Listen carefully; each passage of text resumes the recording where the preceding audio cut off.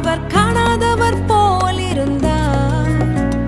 மோரியாவில் ஆபிரகாமை அவர் காணாதவர் போல் இருந்தார்.